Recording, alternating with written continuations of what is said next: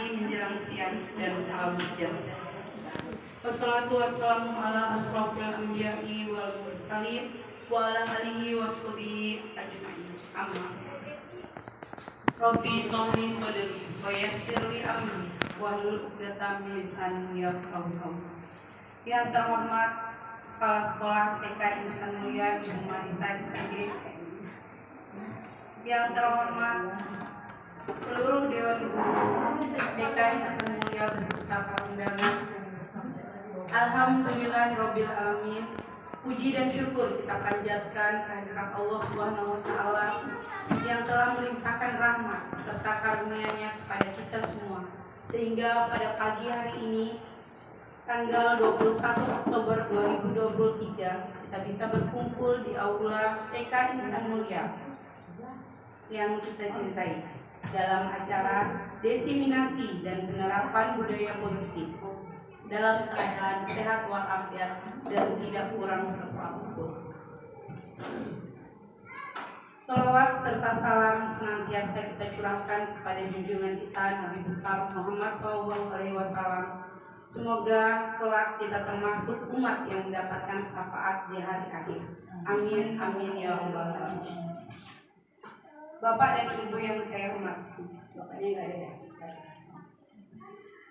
Susunan acara kegiatan kita pada hari ini adalah: yang pertama, pembukaan, dilanjutkan dengan doa.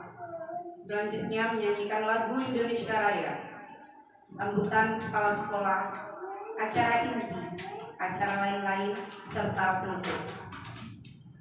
Untuk acara pertama, marilah sama-sama kita membaca basmalah.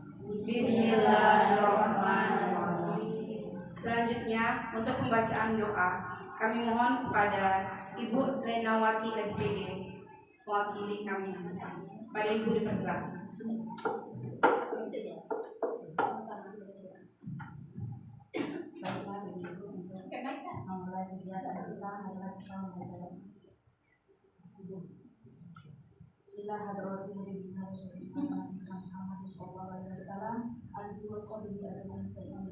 Al-Fatihah.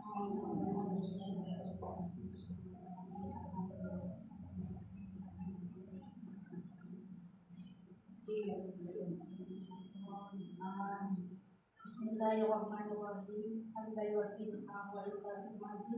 Ya Rabbana lakal hamdu laka kama yanbaghi li jalali sultan. Allahumma shalli wa sallim ala asyrafil anbiya'i wal mursalin sayyidina Muhammadin wa ala alihi wa sahbihi ajma'in. Allahumma ighfir lana dzunubana wal walidayna warhamna kama rabbayana shaghira. Walidayna mu'minina wal mu'minat wal muslimin wal muslimat al ahya'i minhum wal amwat innaka sami'un qarib. Wa ya hazat Allahumma inna nas'aluka salamatan fid din wa afiyatan fid jasadi wa hidayatan fi ilmi wa barakatan fi rizqi wa tawbatan qabla al-maut wa rahmatan inda al-maut wa maghfiratan ba'da al-maut. Allahumma hawwin 'alaina fi sakaratil maut wa najjatan min an-nar wal afwal minal hisab. Alhamdulillahi rabbil alamin. Amin, amin ya rabbal alamin. Selanjutnya kita akan menyanyikan lagu kebangsaan kita, yaitu lagu Indonesia Raya, yang akan dipimpin oleh Bu Eka. Pada Bu Eka dipersilakan.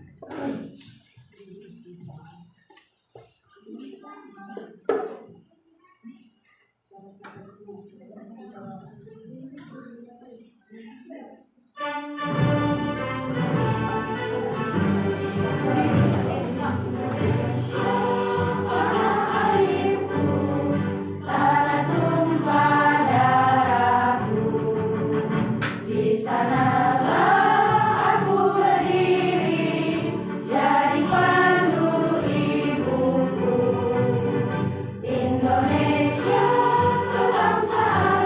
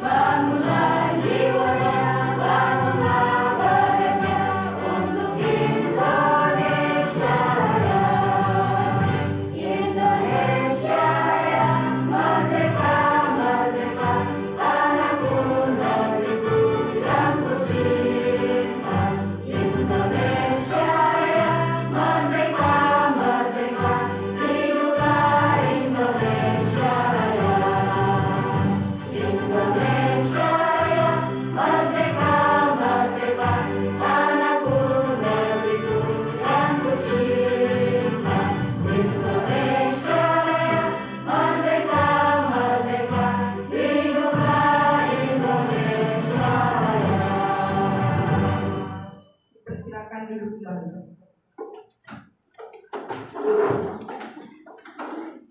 Acara selanjutnya adalah kata sambutan dari Kepala Sekolah TK Insan Mulia kepada Ibu Marisa ini dipersilakan.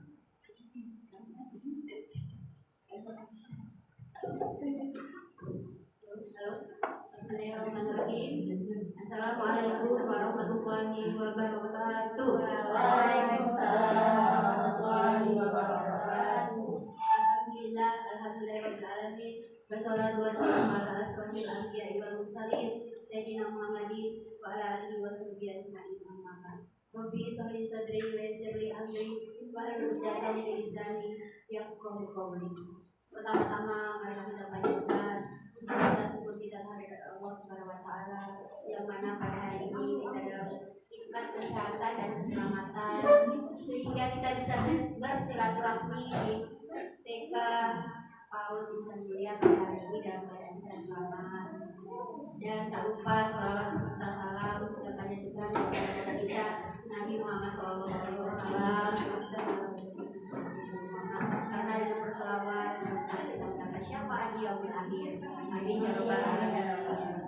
Yang pertama, tidak panjang lebar saya ucapkan terima kasih kepada tamu undangan Ibu Renawati dan mahasiswa STKIP dan Ibu guru PAUD baru, PAUD apa Ibu? PAUD ceria di Desa Martiduna yang berkenan hadir pada hari ini. Katanya Pak Guru mau hadir. Ada kan? Alhamdulillah pada hari ini kita bisa bersilaturahmi ya Bu. Nah, ini perkenalkan Ibu PAUD di sebulan baru. Ini saingan kita nih. Kalau enggak, menurut kita nanti kami mereka. Yang jelasnya kita saingan sehat pada hari ini. Saingan sehat PAUD depan, saingan sehat PAUD belakang, saingan sehat PAUD tengah. Alhamdulillah kita bisa bekerja sama. Dan pada hari ini dalam acara destinasi budaya positif yaitu merupakan aksi nyata menurut Bu Ana, Bu Juliana, TK Insan Mulia. Mereka memang CGP. Apa itu CGP? Baru calon guru penggerak. Alhamdulillah yang tak terhingga saya ucapkan karena pada hari ini Bu Ana memberikan yang terbaik untuk TK Insan Mulia sehingga dia bisa lolos dalam guru penggerak dan memberikan kita semangat mau dari dalam diri, semangat untuk guru TK Insan Mulia untuk berinovasi dan berkembang menurut perkembangan zaman yang sudah diadakan oleh pemerintah. Kita bisa ikut dalam program ini, alhamdulillah. Dan pada hari ini tidak lupa saya ucapkan bergerak dan menggerakkan. Dengan adanya guru penggerak ini kita semuanya bergerak lebih maju dan lebih baik ke level yang terbaik. Nah, kita menjadi terbaik ke level yang terbaik. Itulah kata yang saya ucapkan. Kita sebagai guru PAUD intinya memohon keberkahan. Apalah gajinya guru PAUD, yang jelasnya guru PAUD itu kita harus banyak-banyak berdoa, banyak-banyak ikhlas, berangkat kerja, berangkat ngajar, dimanapun kita berada kerja. Kalau kita memikirkan gaji, kita tidak bisa mengikutkan uang kebahagiaan itu. Jadi kita berdoa menjadi guru PAUD harus banyak-banyak berdoa untuk kita bertahan kepada Allah. Karena dengan keberkahan kebaikan, dimanapun kita berada, kita mendapat kebaikan kita sendiri, teman-teman kita, untuk teman kita, untuk anak-anak kita semua, kita mendapatkan kebaikan dari Allah Subhanahu wa taala. Amin. Mudah-mudahan yang hadir pada hari ini mendapatkan keberkahan dan keselamatan. Amin. Mungkin itu yang bisa saya sampaikan. Kurang lebihnya saya mohon maaf Bu Renawati, Ibu Mahasiswa STKIP, dan Ibu yang baru dengan keterlambatan undangannya jam 8.30 atau jam 8. Kita mulai baru jam 9 lewat. Mohon maaf ya Ibu karena situasi dan kondisi. Dan saya akhiri dengan ucapan salam. Assalamualaikum warahmatullahi wabarakatuh. wabarakatuh. Waalaikumsalam warahmatullahi wabarakatuh. Terima kasih kepada Ibu Marisa. Selanjutnya adalah acara inti yang akan disampaikan oleh Ibu Juliana SPDA. Kepada Ibu Juliana dipersilakan. Berikan aplaus untuk Ibu Juliana.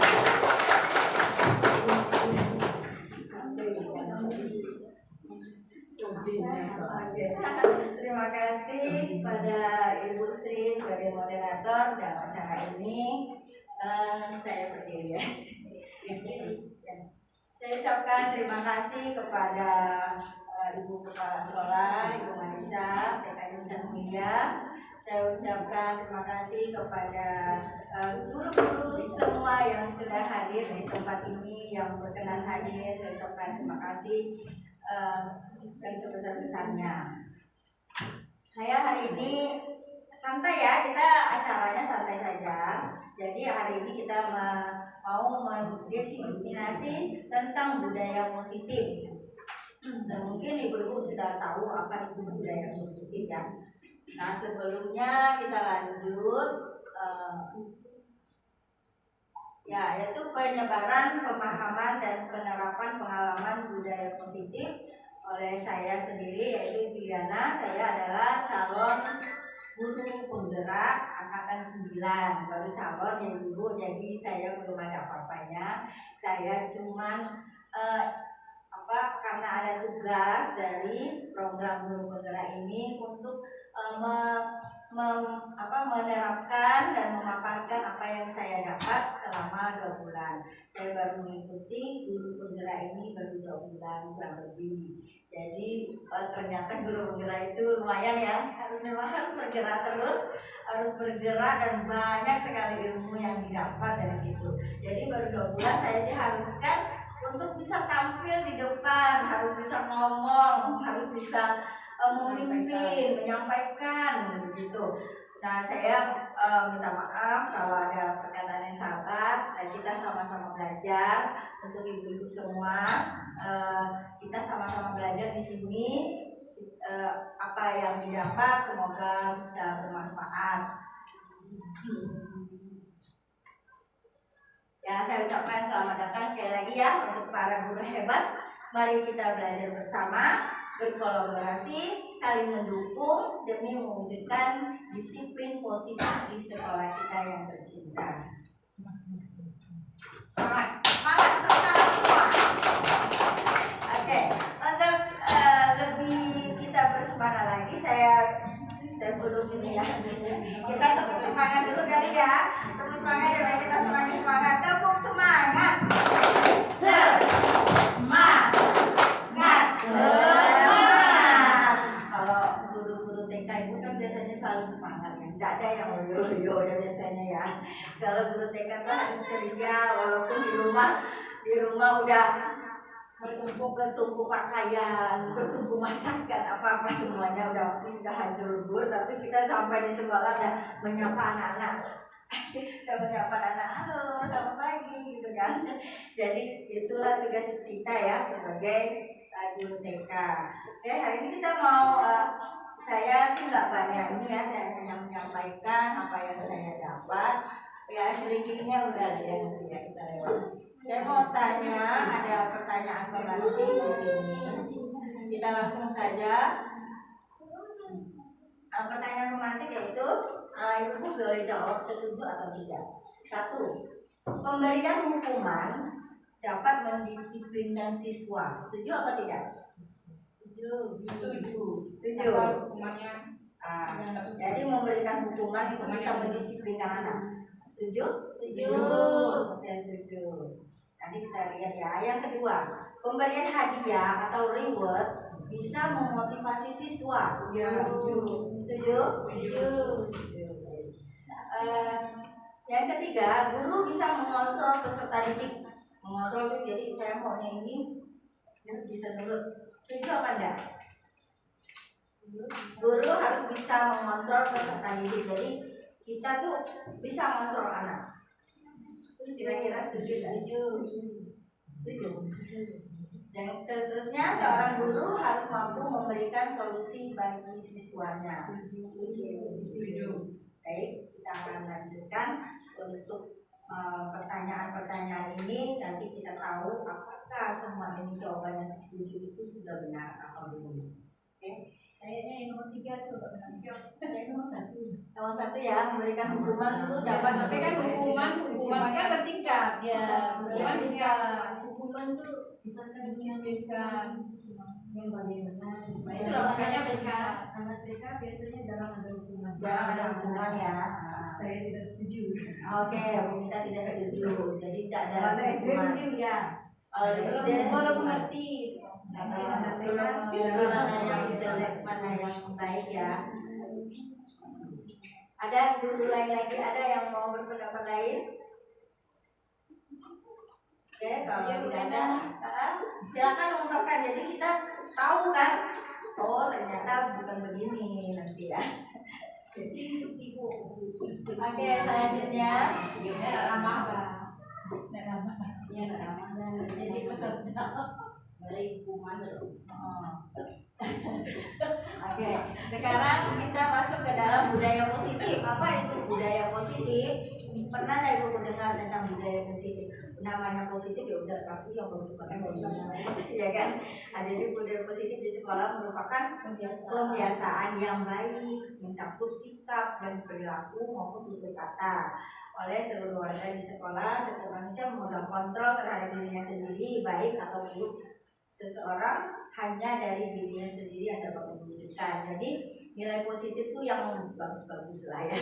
Kalau bagus seperti apa? Bisa dari guru menjadikan contohnya. Misalnya kalau di TK apa saja yang Membuang sampah diajarkan ke tempatnya.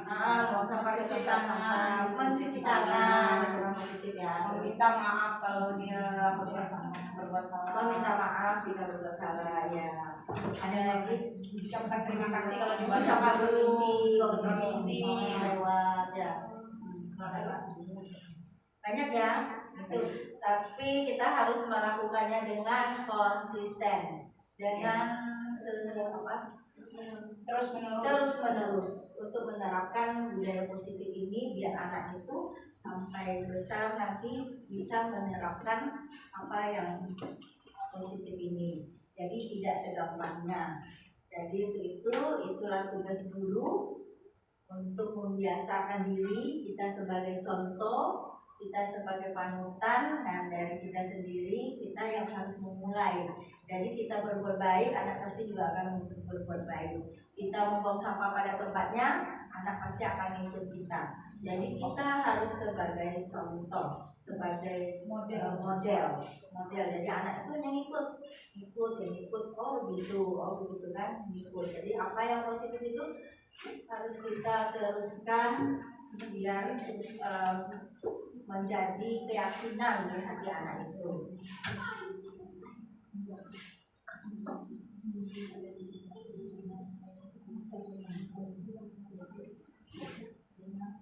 Ya, hari ini kita belajar konsep inti budaya positif itu ada apa saja.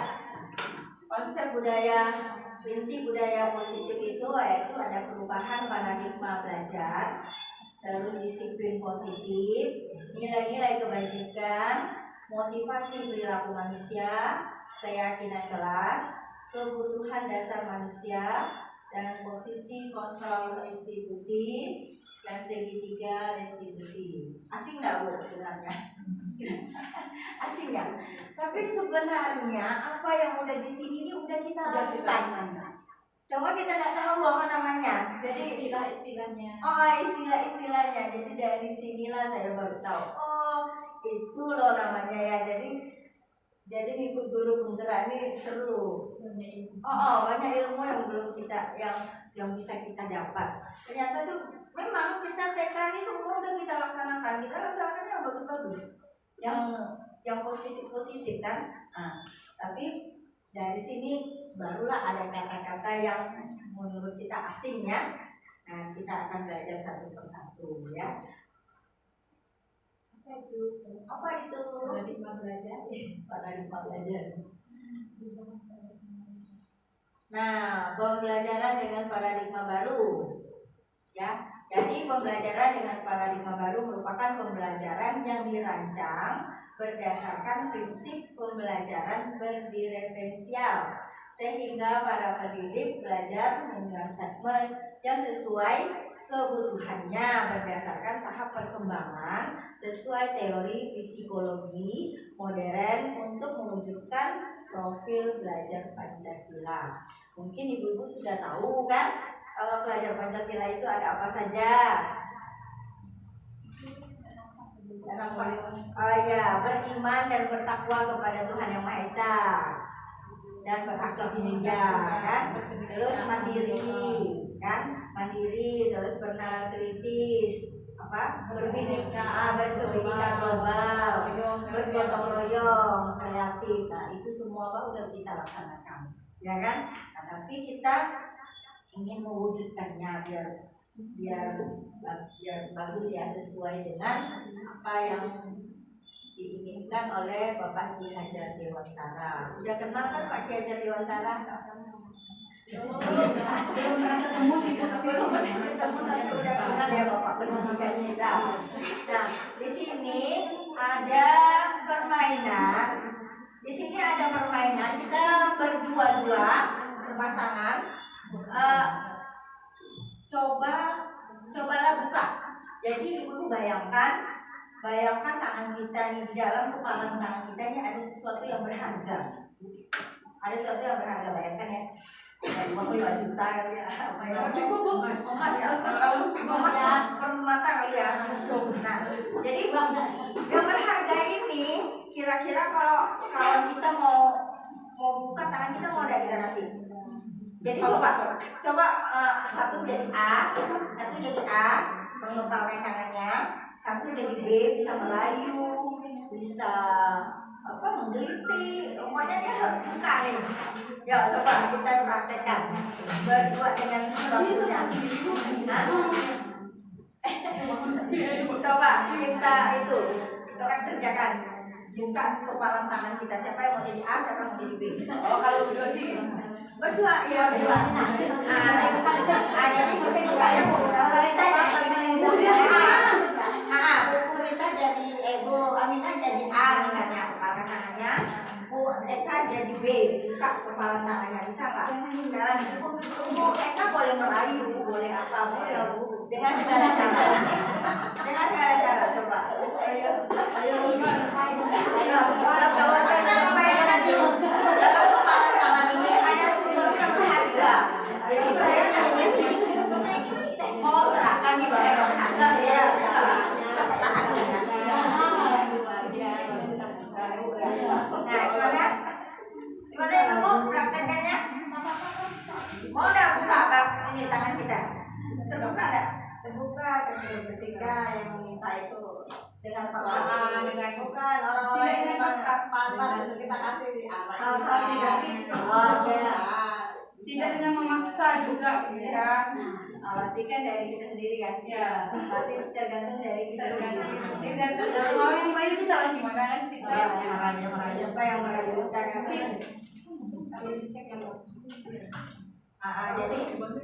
Jadi pertanyaannya, kemungkinan jawaban kita kan berbeda-beda ya, mungkin bervariasi ya. Ada yang terbuka, ada yang tetap bertahan menutup kepala tangannya ya. Dan pertanyaan ketiga, siapakah yang sesungguhnya mengontrol kita, mengontrol yang menutup kepala dan berusaha untuk segala cara membuka kepalanya. Nah, itu adalah kita sendiri.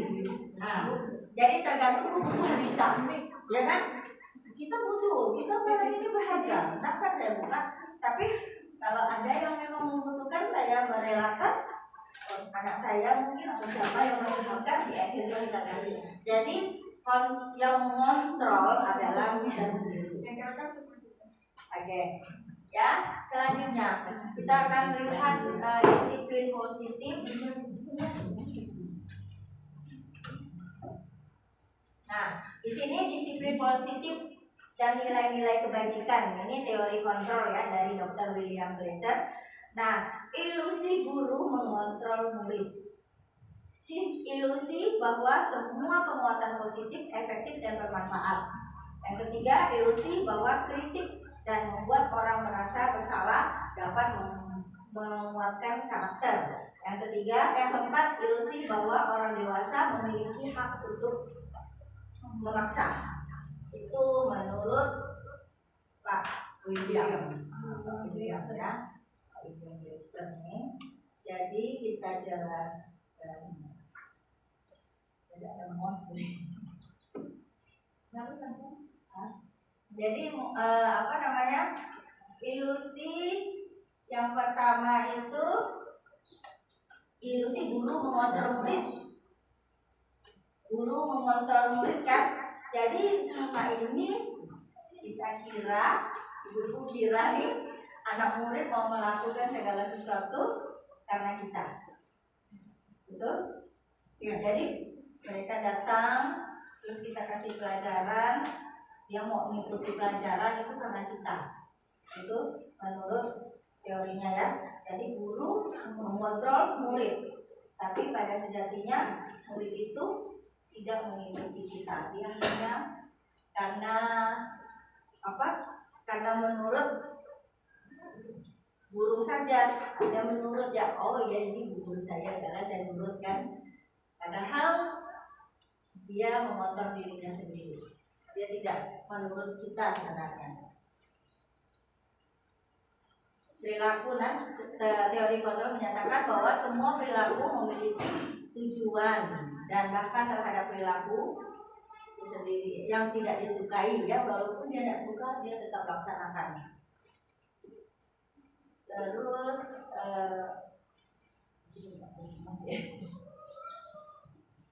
Terus ilusi bahwa semua penguatan positif efektif dan bermanfaat. Jadi penguatan positif atau kutukan adalah bentuk-bentuk kontrol segala usaha untuk mempengaruhi murid agar mengulangi suatu perilaku tertentu adalah suatu usaha untuk mengontrol murid tersebut ya.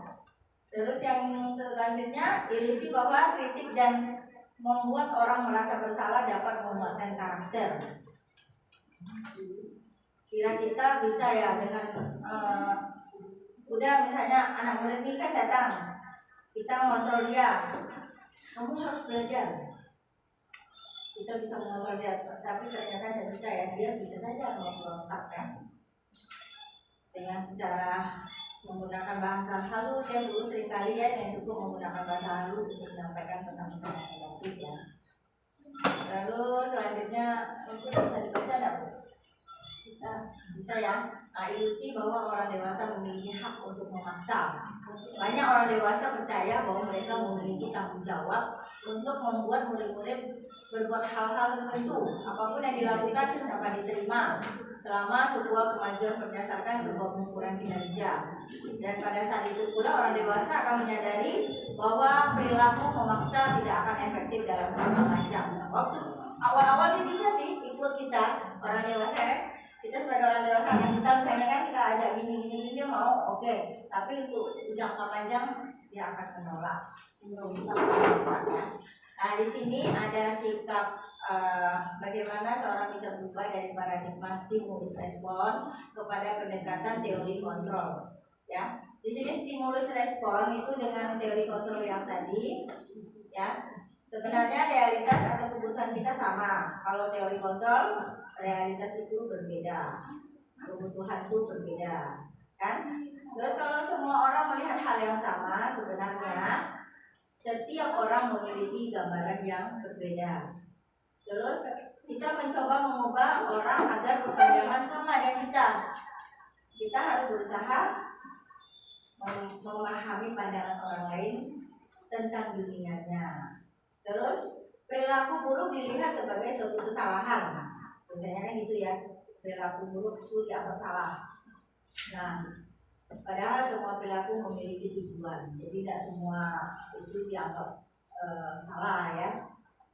Jadi kan sesuai kebutuhan, sesuai dengan tujuan kita.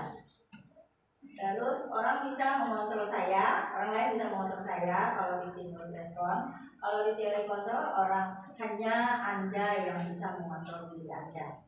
Jadi hanya kita sendiri, tidak ada orang lain bisa mengontrol kita. Terus saya bisa mengontrol orang lain.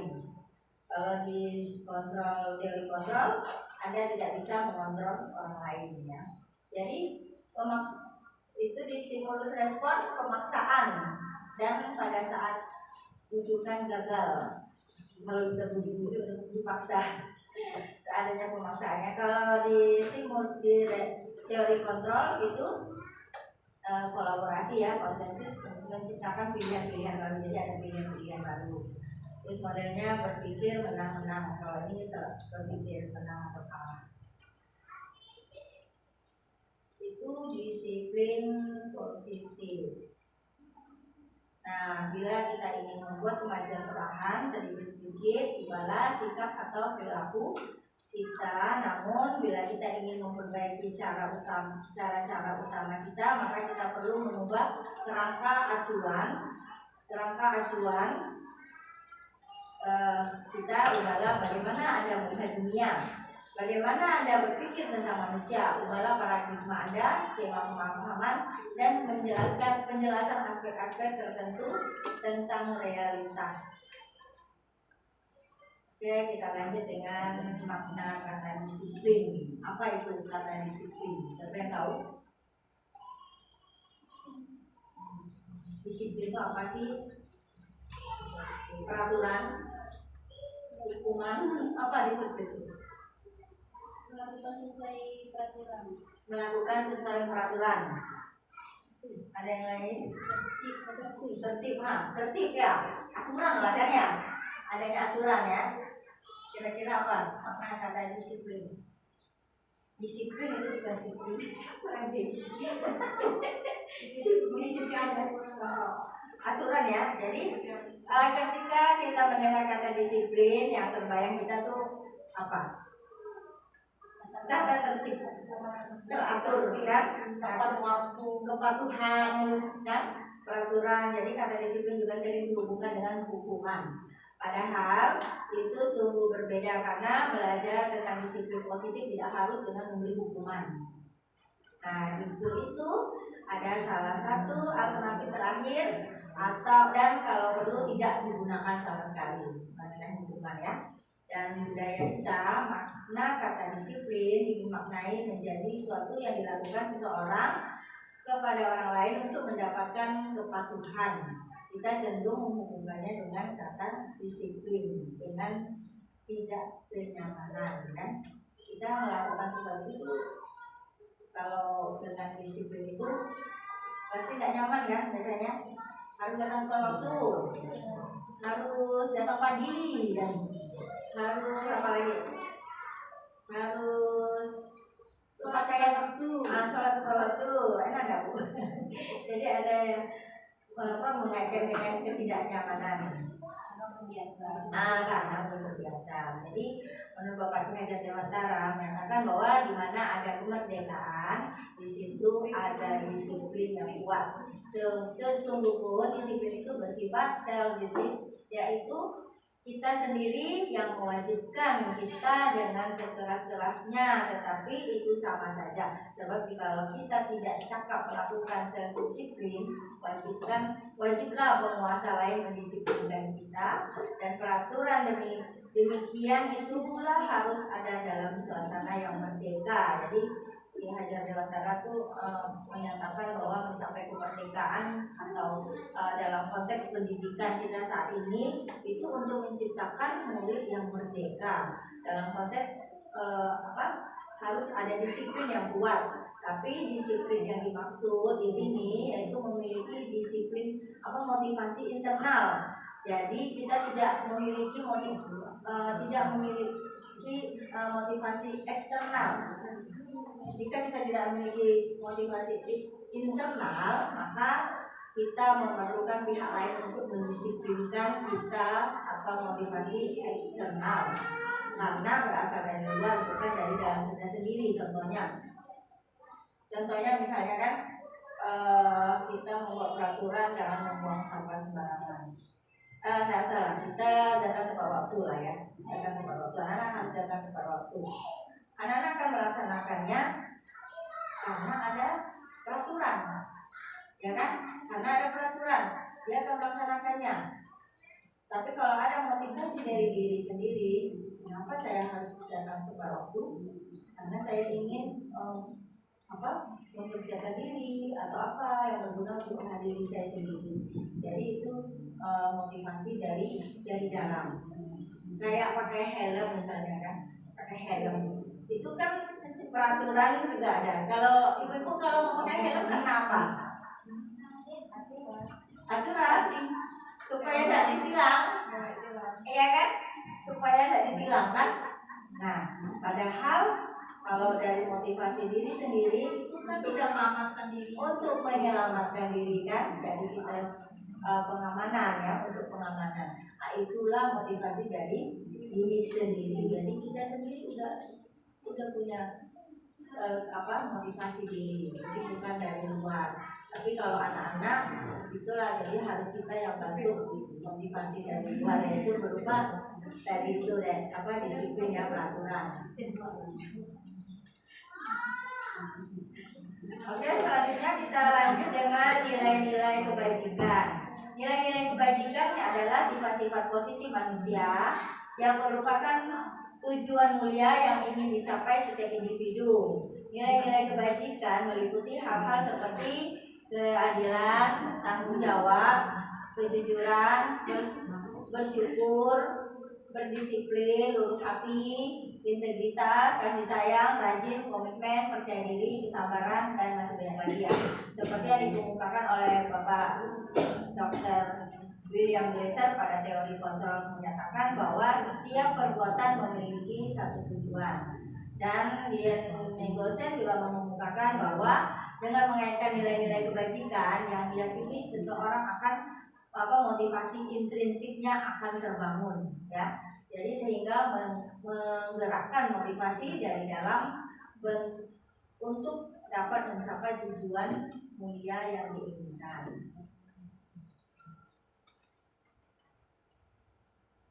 Nah, nilai-nilai kebajikan ini dari 6 institusi organisasi kita dapat rangkumannya, yaitu dari profil pelajar Pancasila itu beriman, bertakwa kepada Tuhan Yang Maha Esa, dan berakal mulia ya, dari profil Pancasila ya, yaitu mulia mandiri, bernalar kritis, berbhinneka global, gotong royong, dan kreatif. Di Ibu Primary Years Program PIP, sikap murid yaitu toleransi, rasa hormat, integritas, mandiri, menghargai, antusias, empati, keingintahuan, kreativitas, kerjasama, percaya diri, dan komitmen ya, komitmen. Itu nilai-nilai kebajikan dari 6 institusi ya. Nanti kalau perlu saya bisa sharekan materi ini ya. Terus 9 pilar karakter. Ada cinta tanah air, cinta Tuhan dan segenap ciptaannya, kemandirian dan tanggung jawab, kejujuran, amanah, diplomatis, hormat, santun, dermawan, suka menolong, dan gotong royong, percaya diri, kreatif, dan bekerja keras. Banyak ya, rendah hati, murah hati, toleransi, kedamaian, dan kesatuan. Terus selanjutnya yaitu petunjuk seumur hidup dan keterampilan hidup. Itu ada dapat dipercaya, lurus hati, mendengar yang aktif. Jadi kita terkasih itu ya, kalau mendengar aktif, tidak merendahkan orang lain, memberikan yang terbaik dari diri. Kalau petunjuk hidupnya tuh peduli, penalaran, bekerjasama, keberanian, keingintahuan, usaha, keluasan, berorganisasi, ya, kehormatan, ketegahan hati, memiliki rasa humor, kreatif. Ini bisa kita baca ya, dan kita terapkan. Selanjutnya, jadi standar pendidikan nasional dalam menciptakan lingkungan yang positif, maka setiap warga sekolah dan pemangku kepentingan perlu saling mendukung, menghayati dan menerapkan nilai-nilai kebajikan yang telah kita sepakati untuk dapat menerapkan tujuan mulia tersebut. Nah, maka seorang pemimpin pembelajaran perlu berjiwa kepemimpinan sehingga dapat mengembangkan sekolah dengan baik agar terwujudnya suatu budaya sekolah yang positif sesuai dengan standar kompetensi pengelolaan yang telah ditetapkan. Tujuan mulia dari penerapan disiplin positif adalah agar terbentuk murid-murid yang berkarakter, berdisiplin, sopan, jujur, peduli, bertanggung jawab, dan merupakan pelajar sepanjang hayat sesuai dengan standar kompetensi lulusan yang diharapkan. Dan seperti kita ini semua yang selalu belajar sepanjang hayat. Nah, itu standar pendidikan nasional. Selanjutnya itu kita mempelajari motivasi perilaku manusia ya, yang tadi kita sudah masuk. Motivasi perilaku manusia itu ada 3. Untuk 1, untuk menghindari ketidaknyamanan atau hukuman. Motivasi intrinsik dari luar. Jadi kita takut hukuman, kita takut apa? Tidak enak dengan teman, tidak enak dengan kepala sekolah, kan? Jadi itu namanya motivasi dari luar ya, motivasi intrinsik, yaitu menghindari ketidaknyamanan atau karena ada hukuman ya.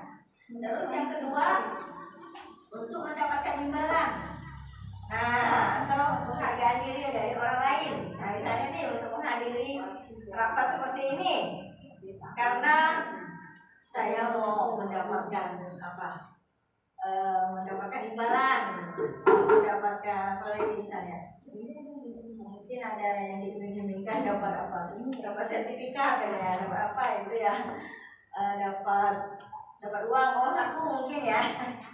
Jadi dapat imbalan itu motivasi dari luar.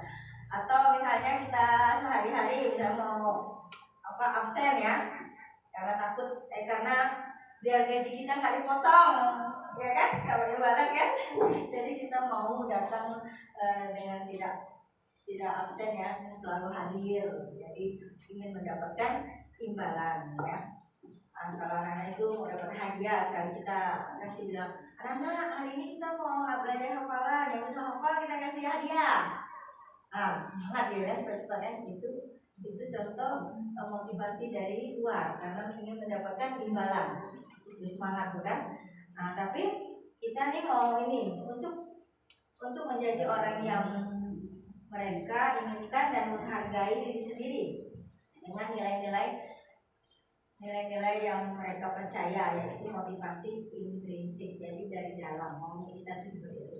Jadi kita berbuat sesuatu tuh dari dalam hati kita. Kita mau datang ke sekolahan lebih cepat untuk apa? Bukan untuk absen saja, bukan hanya untuk biar dipandang kepala sekolah baik, biar dipandang yayasan kita rajin, tapi karena kita perlu persiapan, kita harus bisa bertanggung jawab untuk mengajar, bagaimana kita itu semua untuk kita sendiri kan. Dengan data awal kan banyak gunanya, jadi dari diri kita sendiri. Jadi saat kita berulang kali menjanjikan hadiah kepada anak-anak agar berperilaku bertanggung jawab, atau kepada seorang murid agar mempelajari sesuatu yang baru, atau kepada seorang karyawan agar melakukan pekerjaan yang berkualitas, kita sedang berasumsi mereka tidak dapat melakukannya. Benar nggak Bu?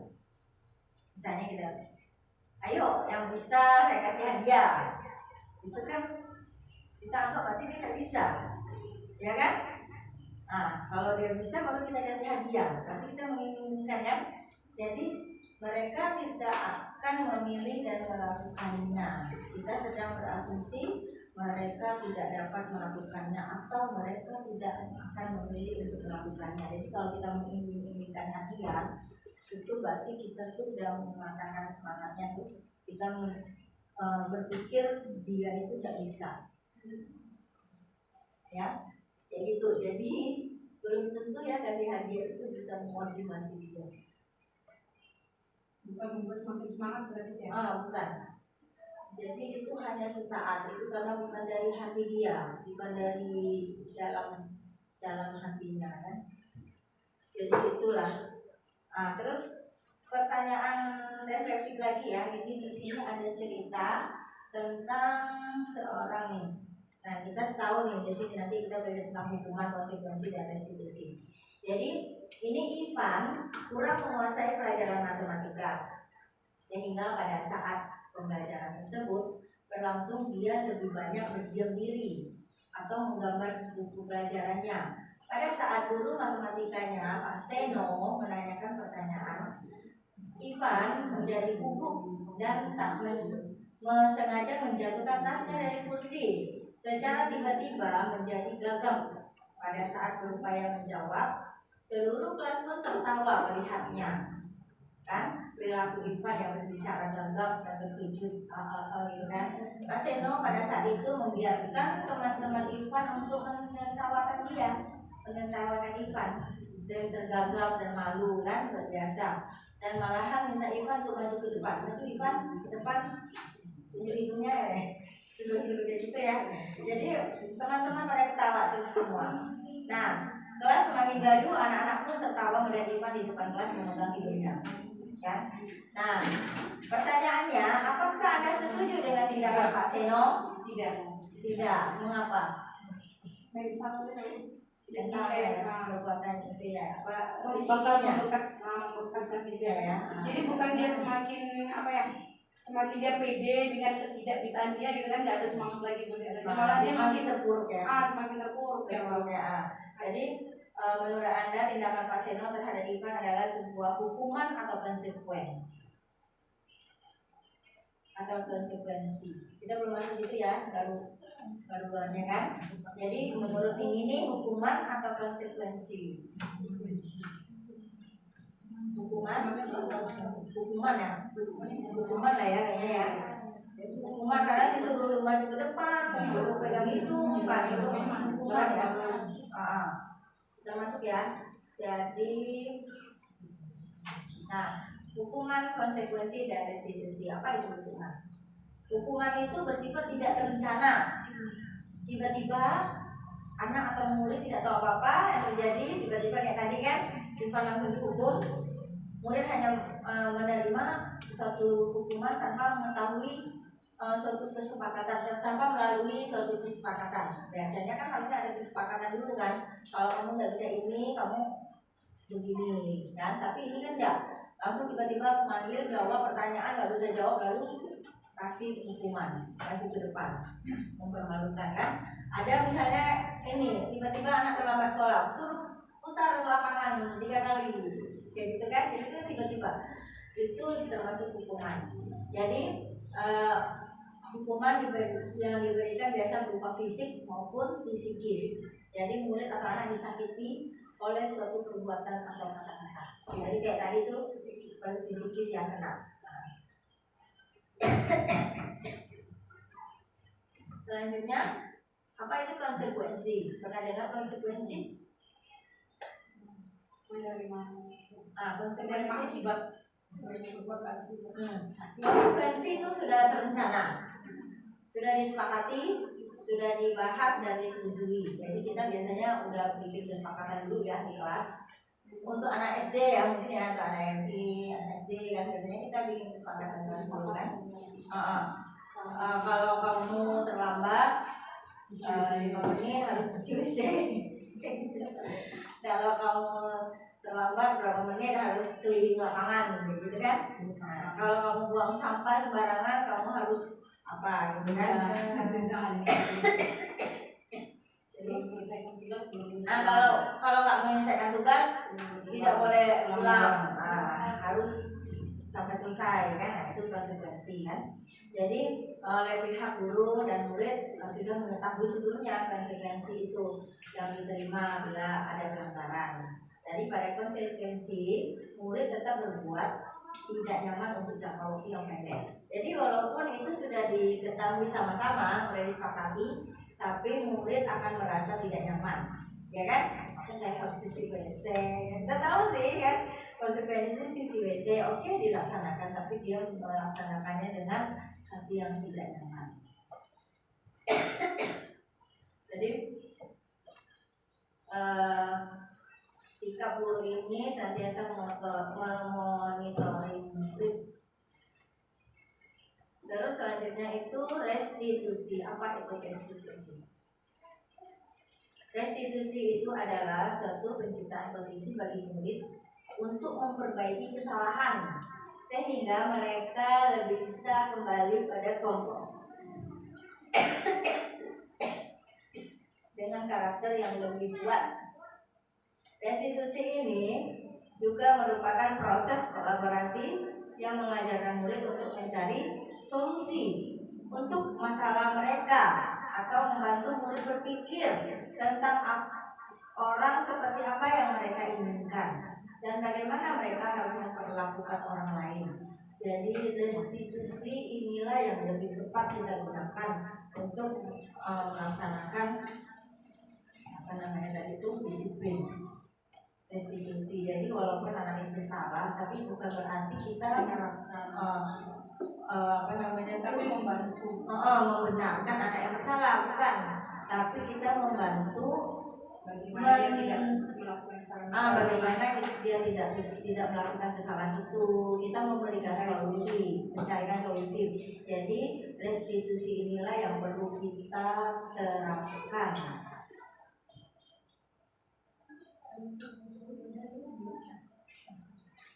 Hukuman konsekuensi restitusi, dan kita bisa lihat ya, di sini ada rangkumannya. Hukuman itu bersifat satu arah dari pihak guru yang memberikan, betul? Tidak melalui suatu kesepakatan, dan hukuman yang diberikan berupa fisik maupun psikis. Kalau konsekuensi sudah disepakati murid, kan? Murid tidak nyaman untuk melakukan jangka waktu yang pendek berdasarkan suatu kata umum yang dapat diukur, kan? Kalau restitusi bukan untuk menembus kesalahan, namun untuk belajar dari kesalahan. Jadi dia melakukan kesalahan tuh jangan kita salahkan lagi. Dia bukan untuk menembus kesalahannya. Karena kamu nggak bisa ini, belum selesaikan ini, kamu harus ini, gitu kan? Belajar dari kesalahan ya. Nah, terus memperbaiki hubungan. Jadi misalnya dia berbaik dengan temannya, jadi dia bisa menyelesaikan dengan baik, jadi berhubungan baik. Terus tawar, bukan paksaan, tawaran. Kamu bagaimana kalau begini, kan? Ada tawaran, bukan paksaan. Menuntun untuk melihat ke arah diri, fokus pada solusi, mengembalikan murid yang berbuat salah pada pokoknya. Biasanya kan kalau udah bersalah kayak tadi kan Ivan disuruh maju ke depan, itu kan berarti mengasingkan dia, kan? Tapi seharusnya kita masukkan dia di dalam kelompok lagi, bagaimana cara menyelesaikannya biar Ivan ini tidak merasa bersalah. Selanjutnya kita masuk ke dalam keyakinan kelas ya. Mengapa keyakinan kelas? Mengapa tidak peraturan kelas saja? Ada yang tahu? Kita mau ice breaking kan? Nyanyi dulu kan? Ada yang ngantuk? Ngantuk gak ujungnya? Makanan di depan itu makanan pas ambil lagi punya. Saya boleh nyampurnya ke dapur.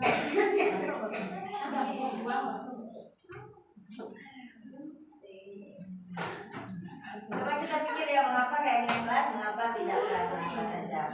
Boleh kita nyanyi dulu kali ya? Kita nyanyi dulu ya kali ya?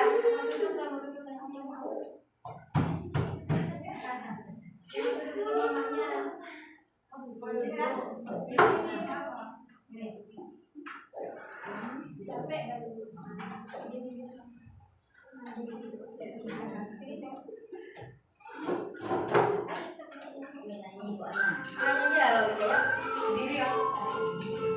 Sendiri. Lagu apa? Kasih buli ya.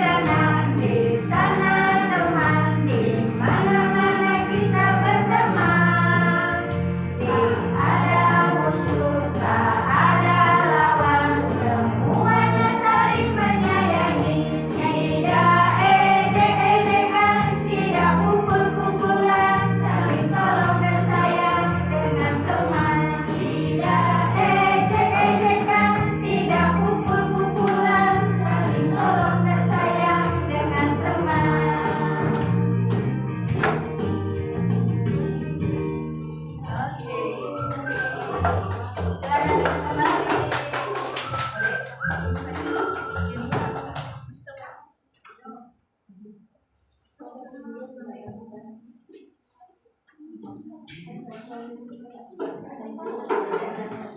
kembali. Kembali ke laptop.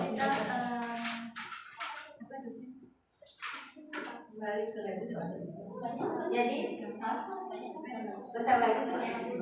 Jadi keyakinan kelas. Kenapa harus keyakinan kelas? Kenapa tidak peraturan kelas?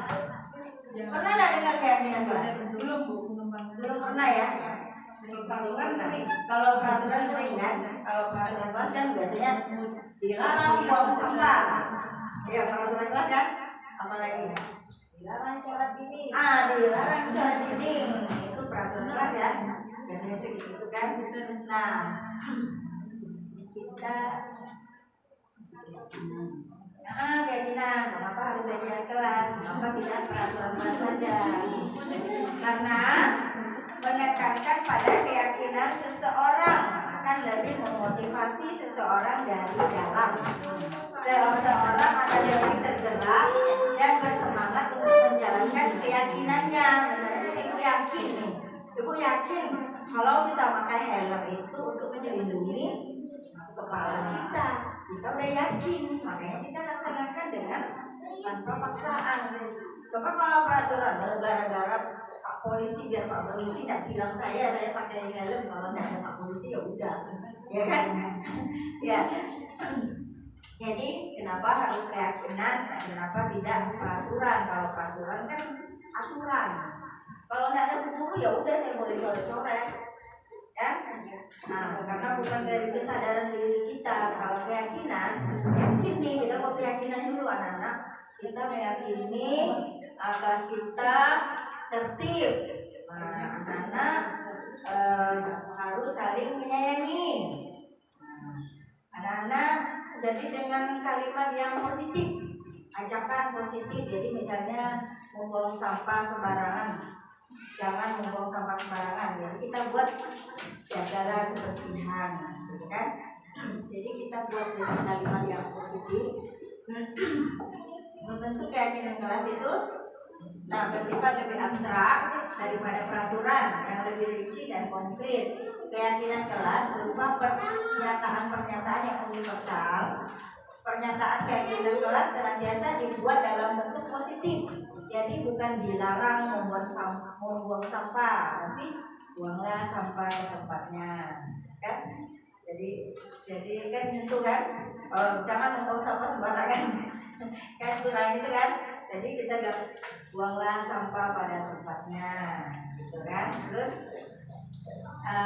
jangan terlambat. Kalau kalimat positifnya apa? Datanglah tepat waktu, kan? Oh iya, saya harus datang tepat waktu ya. Gitu. Terus keyakinan kelas hendaknya tidak terlalu banyak ya, sehingga mudah diingat dan dipahami oleh semua warga kelas. Keyakinan kelas sebaiknya suatu yang dapat diterapkan di lingkungan tersebut. Jadi jangan yang aneh-aneh. Jangan itu yang buat peraturan yang keyakinan yang di luar. Jadi dalam kelas saja, misalnya anak harus semangat, anak harus anak harus senyum, ceria, happy ya, belajar dengan happy kan, belajar dengan senang kan ya. Jadi tidak pasal belajar dengan senang. Jadi punya keyakinan, oh iya, belum bilang kita harus belajar dengan senang. Jadi dia yakin harus senang gitu. Jadi yang gampang-gampang aja kalau untuk anak-anak kita ya. Terus semua warga kelas hendaknya ikut kontribusi dalam pembuatan keyakinan kelas lewat kegiatan curhat pendapat. Nah ini kita nih ajak, kalau anak-anak kan belum pandai menulis ya ibu. Anak-anak kan belum pandai menulis. Kalau anak SD, anak SMP mungkin bisa ya dibikin kesepakatannya pakai kertas tuh tempel di sini. Tidak membuang sampah sembarangan misalnya, menjaga kebersihan kita tempel di sini kan. Tapi kalau untuk anak-anak yang TK belum pandai membaca, belum pandai menulis, kita boleh bikin seperti ini. Gambar. Misalnya nih keyakinan kelas ini saya coba bikin kemarin. Ada Nah, begitu kan, jadi ada gambarnya. Anakku lagi berdoa. Jadi kita bilang, anak-anak kita tuh berdoa sebelum dan sesudah melakukan kegiatan. Jadi setiap kita melakukan kegiatan, anak-anak harus berdoa. Nah, kayak gini kan. Terus harus sayang teman, ya sayang teman, nggak boleh berantem kan, itu gambar anak yang berantem kan. Nah, terus simpan barang atau mainannya ke tempatnya kembali misalnya kan. Nah, merapikan mainan kan, jadi nanti anak-anak yakin kan, oh ya kalau udah harus main kita harus kembalikan ke tempatnya. Terus main secara bergantian misalnya, nggak boleh berebutan kan. Terus berkata jujur, nggak boleh bohong, kalau bohong hidupnya panjang nih. Kita kayak gitu bikin gambar yang lucu-lucu kan. Jadi anak-anak, oh iya nanti kalau kita ngomong bohong nanti hidup kita panjang ya, kena spion kayak gitu. Terus menjaga kebersihan, ada gambar anak buang tempat sampah dan tempat sampah ya, gitu. Jadi kayak animasi itu lebih gampang, lebih simpel ya, dan harus mengena hati anak yang lebih lembut dari kata yang itu lah ya. Jadi biar anak ini itu yakin kalau dia lakukan itu baik untuk dirinya. Nah, selanjutnya yaitu kebutuhan dasar manusia. Kebutuhan dasar manusia itu ada 5. Kebutuhan untuk bertahan hidup apa saja? Makanan, minuman, makan kan, tinggal. Terus kasih sayang dan rasa diterima. Perlu kan rasa cinta, rasa sayang. Kalau nggak stres kita ya. Kesenangan, fun bu, jadi harus fun. Jadi tidak ada juga harus fun. Ada uang harus fun ya. Kalau nggak jadi penyakit lagi, mau jadi penyakit. Jadi pikiran kita ini itu tergantung dari hati pikiran kita, perbuatan kita ini tergantung dari pikiran kita. Kalau kita pikirannya positif, semua akan kita lakukan positif. Kalau kita pikiran negatif, ya negatif terus. Saya berpikir saya akan apa? Saya tak punya uang, saya tak punya uang. Jadi pikiran kita ini harus positif. Jadi kita mau senang, kita harus apa? Kebebasan, penguasaan, ini ada keterangan. 5 kebutuhan dasar manusia. 1 kebutuhan untuk bertahan hidup, yaitu makanan, minuman, pakaian, tempat tinggal, keamanan, kesehatan, dan lain-lain. Terus kasih sayang, rasa diterima, rasa peduli, kan? Kerjasama menjadi bagian dari kelompok. Misalnya kita nih dalam satu ruangan, satu guru, satu yayasan, kita yang satu yayasan guru sama-sama ini kan, diterima, nggak ada yang saling dia nih suka ini kita mengecap jadi kita harus menerima, harus sayang, harus peduli. Oh teman kita ini sakit, kita harus peduli dengan dia, bagaimana cara kita peduli dia.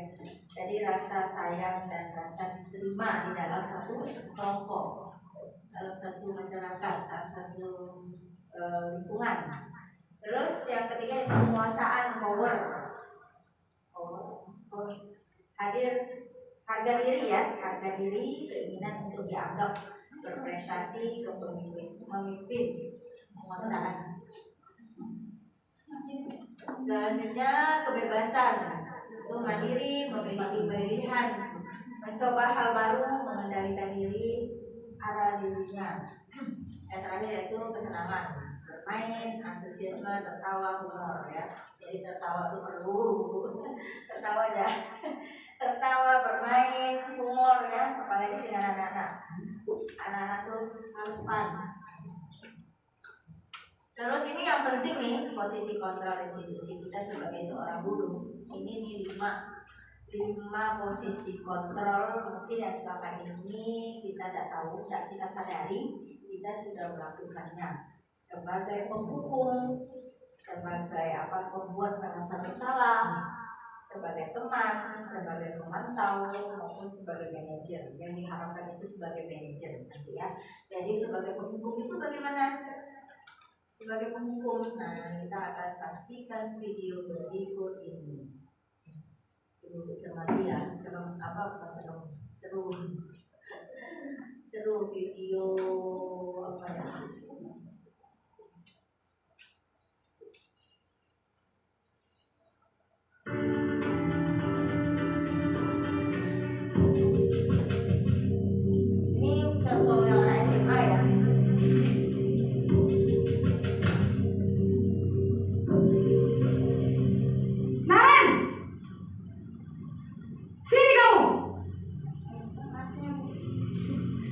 pagi, Bu. Selalu terlambat. Kamu deh, pasti terlambat. Maaf, Bu. Saya Apa? Apa coba? Alasan kamu apa lagi? eh, Kapan sih kamu tidak terlambat? Malas sekali ya kamu jadi anak. saya Dasar pemalas. Gak kapok-kapok sih kamu. Sudah berapa kali terlambat? Sana, kamu keliling lapangan basket 2 kali. kenapa saya harus ke lapangan basket, Bu? Kenapa?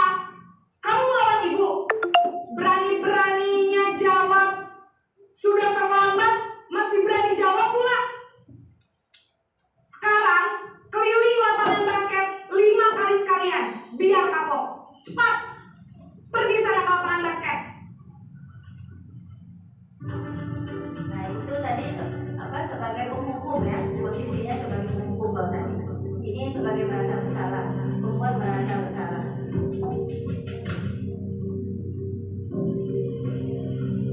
Naren!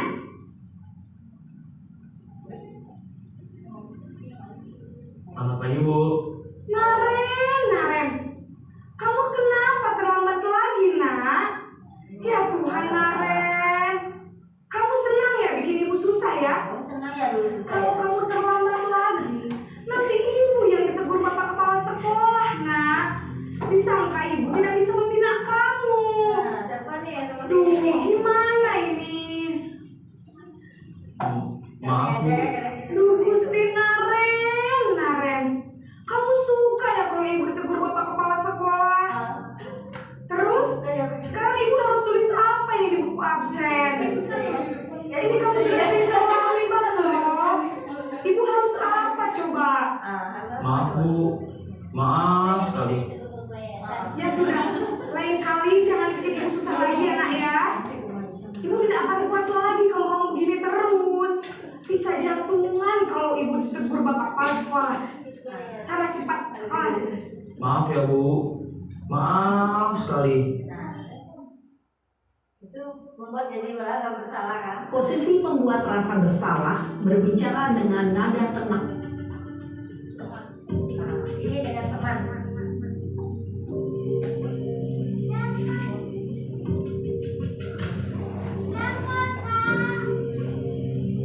Naren!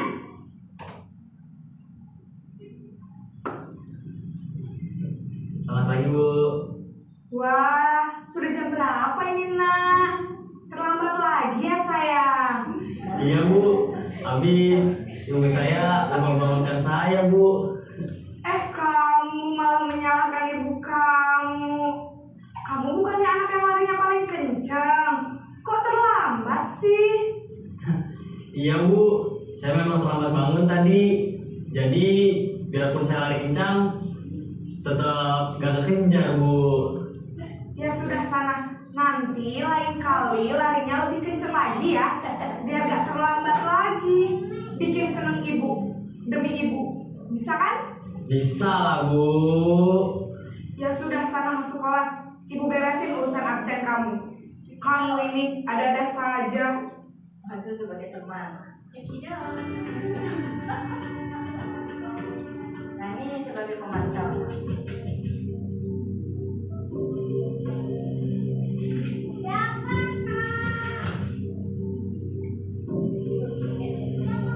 Naren! Kamu anaknya terlambat lagi. Selamat pagi, Bu. Naren, apa peraturan sekolah kita tentang jam berapa kita harus masuk sekolah, nak? Kita harus di sekolah jam 7, Bu. Iya betul, sekarang sudah jam 7.20. Naren sudah tahu konsekuensinya jika terlambat hadir. Paham, Bu.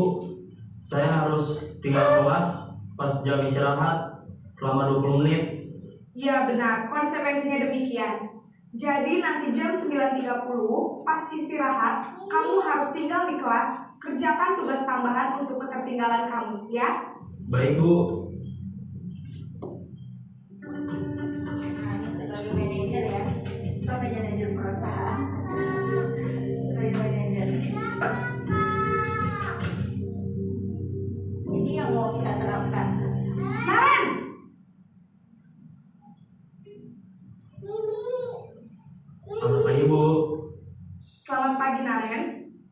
Maaf Bu, saya terlambat. Iya, sekolah masuknya jam 7, sekarang sudah jam 7.20. Jadi sekarang bagaimana ini, Naren? Maaf Bu, saya lupa setel alarm saya semalam. Baiklah, menurut kamu, keyakinan sekolah yang mana yang perlu kamu tingkatkan? Menghargai diri sendiri dan orang lain mungkin ya Bu. Setuju. Jadi, apakah Naren meyakini prinsip saling menghormati tersebut? Iya Bu, saya meyakininya. Apakah Naren bersedia memperbaiki masalah keterlambatan ini? Bersedia Bu. Bagaimana kamu akan perbaiki masalah keterlambatan ini? Saya akan coba untuk tidak lupa menyetel alarm saya Bu. Baik, kalau Naren lupa menyetel alarm di rumah, ada orang yang kira-kira bisa bantu mengingatkan tidak? Ada Bu, kakak saya, Kak Emma. Ada lagi selain Kak Emma? Selain Kak Emma, ada ibu saya. Baik, jadi yang mengingatkan Naren adalah Kak Emma dan ibu kamu ya? Kira-kira akan mulai setel alarm kapan nih Naren? Setelah pulang sekolah, akan segera saya lakukan. Baik, jadi Naren akan setel alarm untuk bangun besok pagi dan akan diingatkan oleh kakak dan ibunda Naren ya. Ada lagi yang mungkin perlu dilakukan Naren agar tidak terlambat bangun lagi? Tidak ada Bu. Baik Naren, terima kasih untuk kerjasama kamu. Sekarang kamu perlu kembali ke kelas untuk belajar. Baik Bu, terima kasih. Gimana Ibu? Posisi kontrol yang kelima itu apa yang sebagai manajer ya. Jadi kita tuh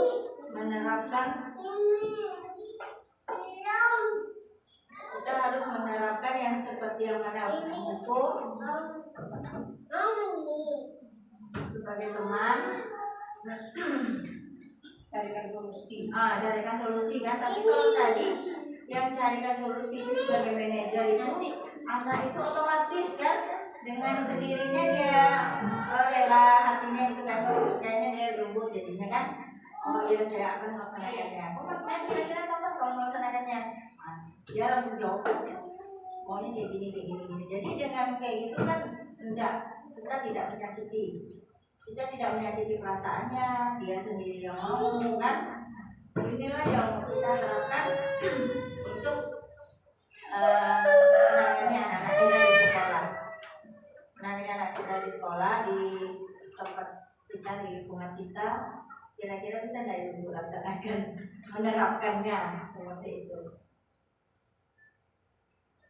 Nah di sini ada segitiga restitusi. Cara untuk membuat posisi kontrol seperti itu yaitu segitiga restitusi. Segitiga restitusi adalah suatu proses dialog yang dijalankan seorang guru atau orang tua agar dapat menghasilkan murid yang mandiri dan bertanggung jawab. Nah, kayak tadi itu kan. Nah, caranya seperti ini, yaitu ada 3 proses tahapan. Tahapan yang pertama yaitu menstabilkan identitas. Teori kontrol ini kita semua akan melakukan hal yang terbaik yang dapat kita lakukan. Yang kedua yaitu validasi tindakan yang salah. Semua perilaku memiliki alasan, maksudnya yang seperti tadi kan dia mengungkapkan alasannya kenapa dia berbuat kayak gitu kan, ada alasannya. Terus menanyakan keyakinan. Nah, kita semua memiliki motivasi internal ya. Nah, ini posisi segitiga restitusi ini seperti ini. Nah, pertanyaannya tuh kalau memfasilitasi tindakan yang salah itu pertanyaannya ini. Kamu tentu punya alasan mengapa melakukan itu, kan? Adakah cara yang lebih efektif untuk mendapatkan apa yang kamu butuhkan? Nah, kalau menstabilkan identitas tuh setiap orang pasti salah, pasti pernah salah, melakukan kesalahan, gitu kan? Kamu bukan satu-satunya orang yang melakukan hal seperti ini, tidak bisa seperti itu ya. Kalau ke anak TK mungkin kita lebih sederhana ya. Terus menanyakan keyakinan keras, apa yang telah kita sepakati, apa yang akan ingin menjadi orang yang seperti apa kamu nanti. Nah, itu pertanyaan untuk posisi kontrol yang kelima itu sebagai manajer ya. Nah, untuk anak TK mungkin bisa saya contohkan. Jadi waktu anak-anak sebenarnya kita banyak masalah kan Bu di kelas kan, apalagi anak TK. Nggak kita sadari tiap hari ada kesalahan, tapi melakukan itu terus menerus kan. Anak itu terus melakukannya kan. Kenapa demikian? Kan saya berlari di kelas kan. Nah, kalau ada belajar kita udah bikin kesepakatan dulu dari awal nih, dalam kelas harus tenang kan. Nah, dalam kelas anak-anak tenang mengikuti pembelajaran gitu kan. Nah, kalau dia melakukan lari-lari itu, nanti setelah pulang sekolah kita panggil. Nah, kita ngobrol sebentar ya. Nah, dan pasti dia tanya, apa Bu? Ibu mau ngobrol saja. Tadi kenapa ya kamu lari-lari di kelas? Kan? Tentu kamu punya alasannya kan? Nanti kan dia jawab, ya Bu, saya mau main-main dulu atau apa kan? Tapi kamu tahu tidak, tadi kita kan ada keyakinan kelas kan? Ada keyakinan kelas yang harus kita yakinin kan? Yaitu apa? Tidak lari-lari di kelas, atau membuat tenang, tidak membuat gaduh di kelas kan? Nah dari situ anak-anak akan merasa, oh iya ya, tidak boleh membuat gaduh kan? Tapi kita ngomongnya pelan-pelan lah dengan anak. Jadi dengan kayak gitu anak-anak akan merasa diajak ngobrol itu merasa, anak-anak itu merasa dihargai. Anak-anak akan merasa, oh saya diperhatiin. Mungkin selama ini dia tidak diperhatiin, jadi dia berbincang kan, Nah, jadi kita harus ajak itu ngobrol, cari tahu apa masalahnya, apa yang dia inginkan, kan? Apa yang dia inginkan, lalu kita tahu, oh begitu kan, jadi kita baru melakukan refleksi, lakukan apa penelitian tadi kan. Nah, jadi dengan ini nih setiap hari harus kita lakukan. Setiap ada masalah anak itu harus kita bereskan. Jadi anak tahu kesalahannya, anak merasa terbiasa, oh saya diperlakukan baik kan, saya diterima kan, saya disayang gitu kan. Kalau kita ngobrol, kalau kita biarin kan nanti kita cuek, kita nggak peduli, mengabaikan, oh terserah lah dia, bukan anak saya kayak gitu kan. Jadi enggak, jadi kita harus rangkul dia, kenapa dia seperti itu, kenapa dia melakukannya. Nah, jadi kita harus menerapkan ini posisi kontrol yang kelima itu sebagai manajer, dan kita harus menerapkan segitiga restitusi, menanyakan dari awal apa masalahnya dan memberikan solusinya kan, dan itu kembali ke tempatnya semula, ke tempat yang baik seperti itu. Jadi semua anak itu udah baik sebenarnya, cuman dia itu perlu tadi dan 5 kebutuhan pokok itu. Manusia perlu disayang, perlu perlu kebebasan, ya kan? Jadi dari situlah jadi semua ini saling keterkaitan. Ada yang didapat di buku hari ini? Ada yang didapat kira-kira dari materi ini? Ada ya. Jadi bagus sekali kita terapkan di sekolah kita. Jadi kita tidak selalu memberi dukungan ke anak, tapi kita memberikan solusi. Ya, pintar semua. Jadi kita memberikan solusi. Tanpa kita sadari setiap hari kita pasti melakukan hal yang ternyata salah. Ternyata salah ya. Kurang tepat ya, bukan salah tapi kurang tepat. Dan memberikan reward itu mengatakan kreativitas dia sebenarnya, mengatakan bukan dia semakin semangat, tapi kita mengatur dia belum bisa, kan? Jadi sesuai dengan kebutuhan. Tumbuh berkembang hanya berdasarkan reward. Kalau tidak ada ini lemah.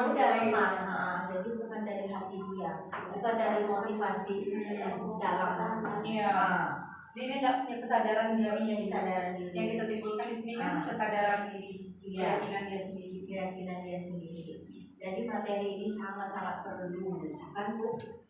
Ya, diterapkan apalagi di TK. Di TK itu kan dianggap sepele ya kayaknya ya, sepele ya. Tapi sebenarnya membentuk karakter dasar dari TK. Dari TK. Kalau setelah dia sudah menerapkan, kita sudah menerapkan dari sejak ini, otomatis nih dari SD dia juga agak tenang, dari SD SMP juga mantap. Misalnya apa ya, meminta maaf mungkin Meminta ya. maaf mungkin ya. Kalau minta maaf kayaknya kesannya gue mau minta maaf ya kan, kayaknya kan terpaksa benar ya. Terpaksa. Tapi kalau dia punya kesadaran sendiri, udah punya keyakinan iya saya melakukan, salah. harus minta maaf gitu kan, jadi dia menerapkan. Jadi memang ini prosesnya panjang, tidak segampang itu, dan tugas kita lah tidak bosan-bosannya menerapkan konsep apa namanya itu, menerapkan sebagai posisi kontrol sebagai manajer. Jadi kita selalu memberikan solusi, memberikan dukungan ke anak. Pasti ada masalahnya, pasti ada jalan keluarnya, kan? Nah itu. Jadi ini sangat penting makanya saya bangga ya dengan kalian semua yang sudah hadir. Itu kalian nggak tahu kayak apa sih yang mau disampaikan Bu Ana nih kan? Apa yang mau saya disampaikan Bu Ana itu apa sih? Apa sih dalam pikiran kalian tuh udah bayang-bayangkan apa gitu kan? Nah, saya dari udah beberapa hari saya persiapkan, dan memang tugas saya memang senang materi ini, saya pikir ini sangat penting untuk anak TK maupun ke jenjang atasnya, terutama di anak TK ini sangat penting. Walaupun di sini di Sintang ini belum ada guru penggerak, kan? Makanya saya pikir inilah tugas saya untuk menyampaikan materi ini ke ibu-ibu semua. Semoga ibu bisa menerapkan di sekolah masing-masing, di sekolah masing-masing, terutama di sekolah kita ya. Jadi apa namanya tuh, ini sangat penting lah pokoknya. Berbagi ilmu. Jadi tugas kita guru penggerak ini berbagi ilmu, apa yang kita udah dapat itu dibagi. Dan ini menurut saya memang sangat penting dan harus diterapkan kalau mau mencapai pelajaran Pancasila itu, yang benar kritis ya apa semua itu. Ya, jadi kita perlu menerapkan materi ini ke sekolah kita. Itu karakter yang baik itu, budaya positif itu yang harus kita terapkan di sekolah. Mungkin selama ini di sekolah kita masing-masing sudah terapkan, ya karakter baik itu udah kita terapkan. Cuman kita belum begitu fokus. Tapi ternyata harus fokus. Kita harus konsekuen, harus terus-menerus membimbing anak, menuntun anak, berpusat pada anak. Jadi kita ngajar anak itu sekarang itu sesuai kebutuhannya, tidak disamakan rata. Ya, jadi semua anak itu beda, dan kita harus bisa melihat kebutuhan yang mereka perlukan. Nah, dalam penerapan program disiplin positif, hendaknya guru memiliki standar kepribadian, profesional, dan sosial yang baik, di mana guru mampu merefleksikan dirinya dalam posisi kontrol saat ini. Bagaimana perjalanan dirinya sebagai among atau manajer yang menuntun murid-muridnya menjadi insan yang mandiri, merdeka, dan bertanggung jawab. Itu yang kita tentukan, yang kita yang mau kita terapkan. Jadi kita juga harus mempunyai kepribadian, kepribadian profesional. Jadi kita juga tidak main-main nih. Apa yang kita mau terapkan nih harus kita laksanakan juga sebagai diri sendiri nih. Diri kita sendiri kita harus terapkan jadi yang baik. Kalau jadi yang baik, otomatis di lingkungan kita semua akan menular kebaikan-kebaikannya. Budaya positif. Oke, terima kasih. Sampai di sini. ini pemaparan dari saya. Semoga ilmu pemaparan yang seperti ini bisa diterapkan di sekolah kita dan bisa kita laksanakan sesuai kebutuhan kita. Untuk lebih kurangnya saya ucapkan maaf dan saya ucapkan terima kasih kepada ibu yang sudah bersedia menyiapkan meluangkan waktunya untuk mendengarkan sampai selesai. Dan ini adalah tugas kita semua guru untuk melakukannya. Oke, terima kasih Ibu-Ibu. Saya kira cukup sekian. Wassalamualaikum warahmatullahi wabarakatuh. Waalaikumsalam warahmatullahi wabarakatuh.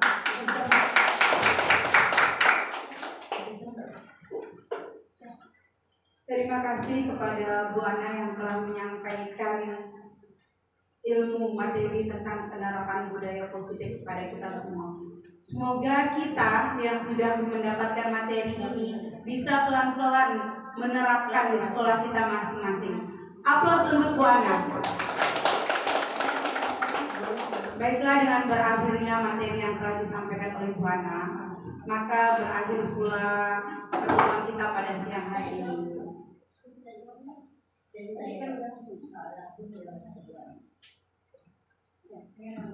Maka kami ucapkan terima kasih untuk kehadiran ibu-ibu semua dalam kegiatan ini.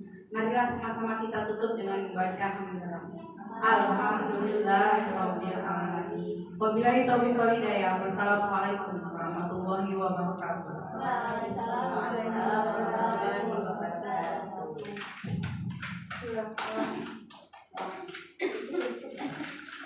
Bersalam, berdiri dan salam. Ya mungkin masih mau ngobrol. Kalau masih ada yang mau ditanyakan di luar sesi boleh.